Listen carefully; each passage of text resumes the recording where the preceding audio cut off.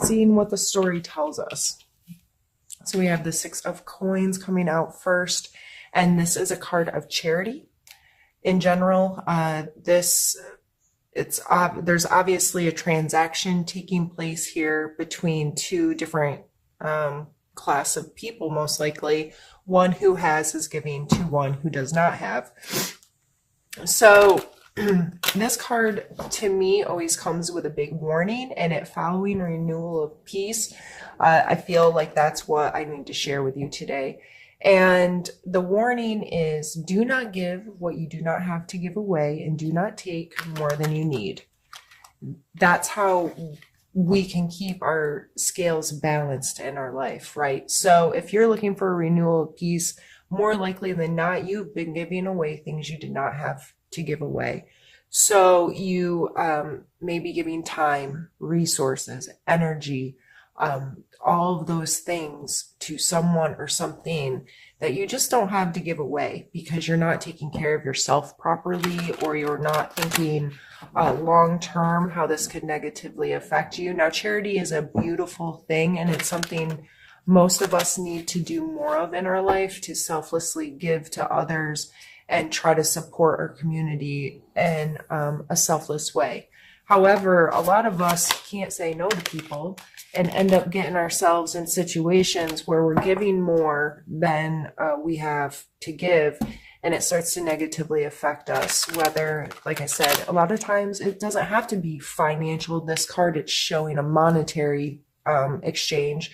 But in general readings like this, I like to concentrate more on the overall energy. So this may not directly be a financial situation.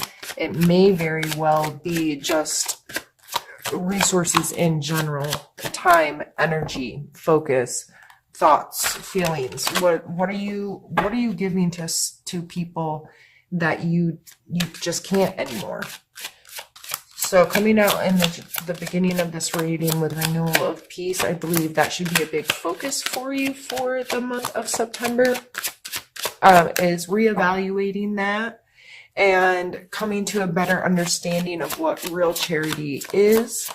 And are you giving to people that shouldn't be asking? Are you giving to people that don't really need? Are you giving what you don't have to give away in the first place? And then we have the Nine of Coins. So I call her my fancy lady. Like every time I see this card, my brain says she's so fancy. But this card isn't necessarily about having like fancy or luxurious things. It's about finding value and comfort in the space that you have. So like she has her coins beautifully displayed there, and she's surrounded by luxurious things. So this is finding comfort in your space, appreciating what you have, making sure the things that surround you have true value to you. They're not just in your life because of like consumerism or those kinds of things. So it seems like the month of September may very well be focused on your physical space, your monetary things, your material things, things you possess in general. So this may be a really good time for you to do kind of a fall cleaning. And I know it's not fall yet, and I'm not trying to wish summer away, but it's coming soon. So it may be a good time to take a good look at what's in your home and in your space, clear out things that don't serve you or don't create value and comfort in your life.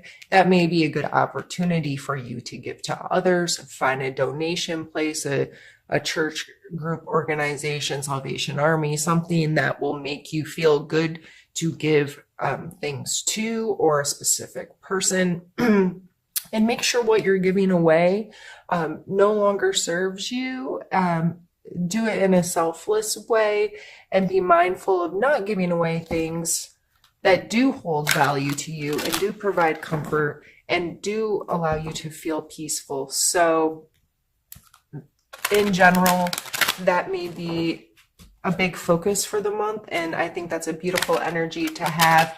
A lot of us And just, I'm seeing in general, people, at least in my friend groups and so forth, really making a conscious effort to be more aware of their consumerism, being more aware of how they want their home to feel, what they want the stuff that they spend money on to have, getting much wiser about how they're spending money and how they're taking care of their physical space and what really has value to them. And I think it's cool. I think it's great. And through this, we have the high priestess. But through these behaviors, a lot of times it can bring you to this space. And the high priestess has a really deep inner knowledge. She's very aware of the dualities in her life, her spirit and her body.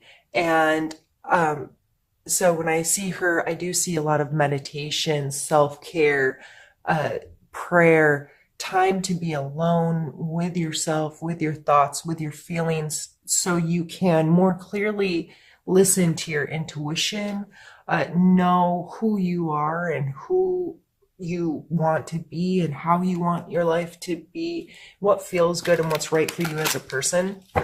So in the beginning, I said self-care is going to be important. The high priestess coming out really makes that very important, and that may be why you need to get your home in order and be more wise with how you spend your time and resources to get to this place where you can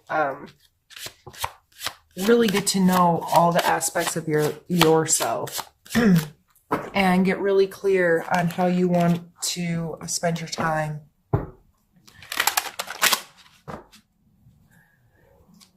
Now, if prayer and meditation and those kinds of things aren't your style, sorry, my lighting just changed. I have a light that's on a motion sensor, and to be quite frank, I forget about it until it goes off when I have the camera turned on or something. Sorry. Self-care. That's what I was saying, I believe. If meditation and prayer is not something that you already do, I'm sure you have a way of unplugging. Do you exercise or garden or, whatever that is, that's kind of your thing. And if you don't have a thing like that, that doesn't include being plugged in to TV or the internet or something, I would highly suggest finding a thing and just taking time, even if it's just taking a hot bath for 15 minutes a day without an electronic running. So many of us, music has become so portable and a part of our lives. It's like we carry around the soundtrack with us wherever we go. And I love music, and I believe music is a very healthy, important part of the human experience. However, I think we're in this age where all of us are plugged into something all the time, and we have these outside influences constantly bombarding our brain. And it may be really important for you to find time to unplug and just listen to your own thoughts and feelings for a while, Gemini. And it's amazing how beautiful that energy can be when you really start to allow it to show up more in your life. Our next two cards are the Three of Coins. So we're very coin heavy, again, physical world stuff, and the Six of Swords. So with the Three of Coins, this card to me really brings in a lot of energies of teamwork, compromise, this idea of pulling together resources. This card the artwork doesn't clearly show it as well as some of the other decks I have, but just to explain it to you, a lot of times it'll be shown with a man who has created a coin, some kind of physical, tangible thing like a product, and he's standing on this bench and he's presenting it in front of other people who seem to be well-dressed and interested in that which he's purchasing. So, what are the energies that go into that? Having the foresight to put in work and to be able to proudly present this to other people and to have other people interested and the kind of people that would be able to help further this, because it's only a 3, right? And these numbers go from 1 to 10, technically 0, but so this is kind of like a beginning process kind of card. And this is a being willing to put yourself out there in your physical world, and communicate with the right kind of people that are going to help progress whatever this is. And so this may be just something in your work life or something in your home life. It may be working on a budget with your spouse or trying to, figure out what the next step is with whatever your career or your hobby or something that you're making and putting into this world.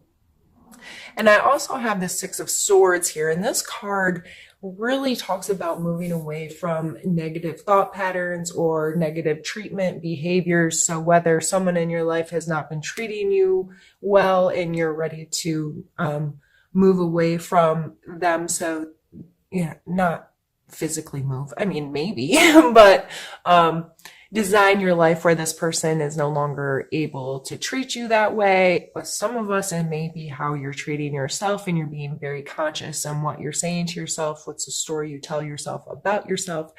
How do you talk to yourself? Are you abusive to yourself? If you heard someone talking to another person the way you talk to yourself, would you think that was abusive behavior? If your answer is even or you have to think about it, then this may be really important for you to pull in that kind of energy of moving away from that and getting much more conscious about it. So this is, since I'm kind of doing a free flow of how the cards are coming out, I feel very compelled to set the High Priestess up in the center as almost like a focal point with these 2 down below. It's just how my brain works. So if you ever see me moving cards around and stuff, when I look at the cards, it's kind of like an ink blot test at a psychologist's office or whatever, where the very first thing it makes me think of is important, and I just expand on kind of the definitions of the cards and what the most important thing about that, what was the forefront, what it made me think of first, and that's what I need to talk about. And it almost plays like a story or a movie in my head. And I kind of then cut it down into chapters sometimes or groups with whatever feels right to me. So I know that you probably don't care, but that's why I start to move cards around and how I think about different energies interacting with each other and so forth. So anyway, back to this side here. This may just be getting in a better place when you add these 2 together.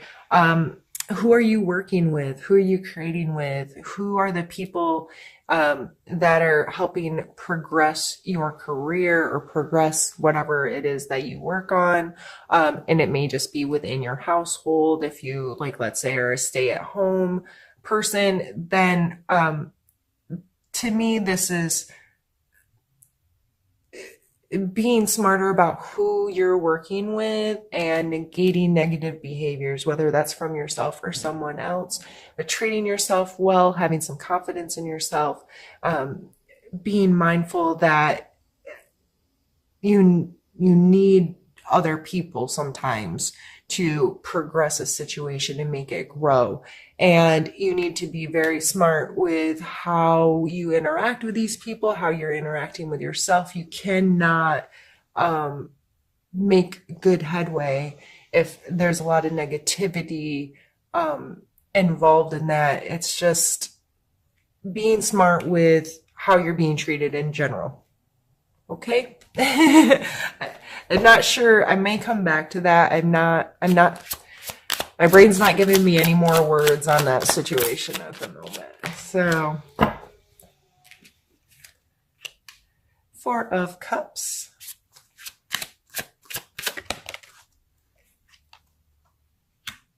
Seven of Coins. coins, coins, coins, earth, earth, earth. One more.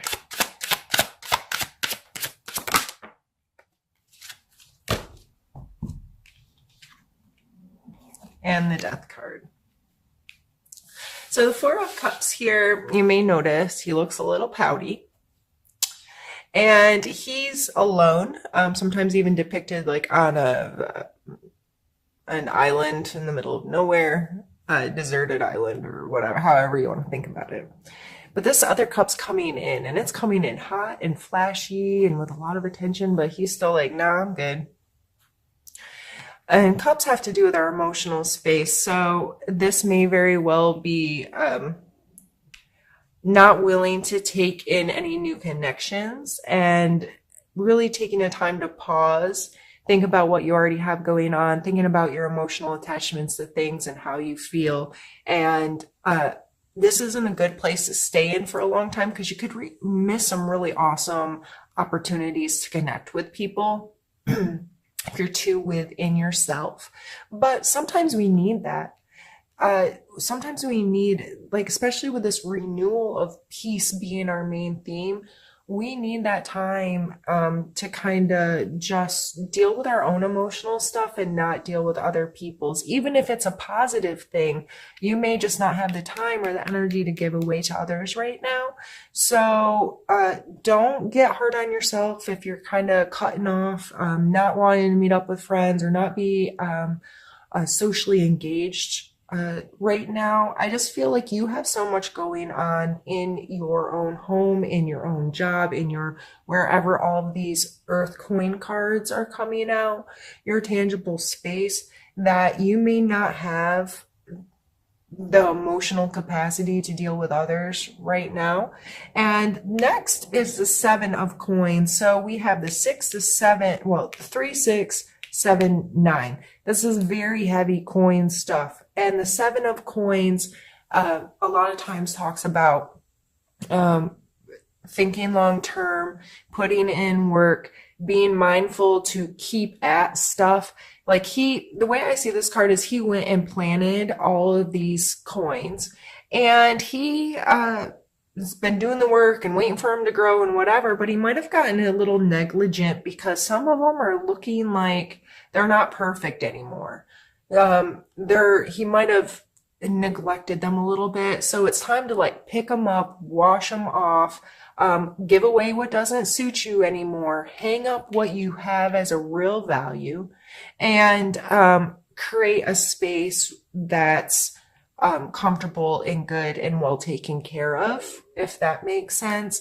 And the death card's coming out as our very last card. I'm going to do this card quickly and then stop my camera and maybe come back for an overview because we're getting to about 20 minutes now and my camera's probably going to shut off. The death card is a completion so we can start something new. The death card is scary to some people. I love the death card. I'm a Scorpio, so the death card makes sense to me. This constant, like dying, ending, and creating something new. I feel like I've been a different person in my life countless times. It's like, okay, that person died. Like, I don't even feel like disassociated with that part of my life almost. And I don't say that in a negative way, but it rose an opportunity for me to put all that down and create what I really, really want. So that's what I see happening here is you working through this stuff to be like, okay, I'm done living like that. I'm done with whatever this was. And I am now going to be able to get to a place where I can create the next part of my life the way I want it to be. And that's where I'm going to pause and I'll be right back. All right, Gemini, I decided to leave the card sit down because I feel like I kind of shortchanged him.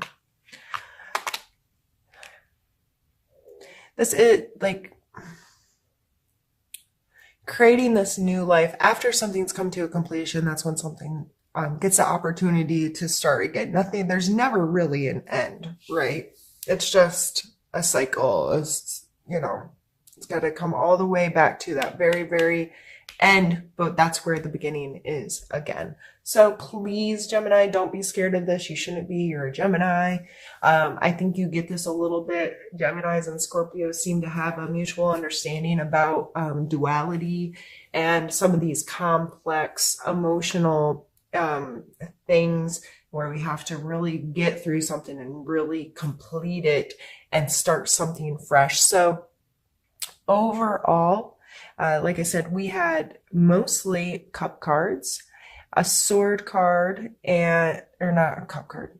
Sorry, I was looking at that one. Coin cards, a cup card, and a sword card. So, this is a very tangible world month for you. And don't beat yourself up too much mentally or emotionally. I think overall, getting your physical space in good running order will lend to you being able to get more here, more aligned with your intuition, with your true self, with your deeper self. Okay, let's start in the physical world. Things I can physically control. I can organize my space. I can take care of my space. And if my emotions and my thought processes aren't there, getting my physical space in check and taken care of and feeling really good is going to help lend itself to me getting to this peace where, okay, that's one less stress I have to deal with. Now I'm going to take some time for my mental health or my emotional health and those kinds of things.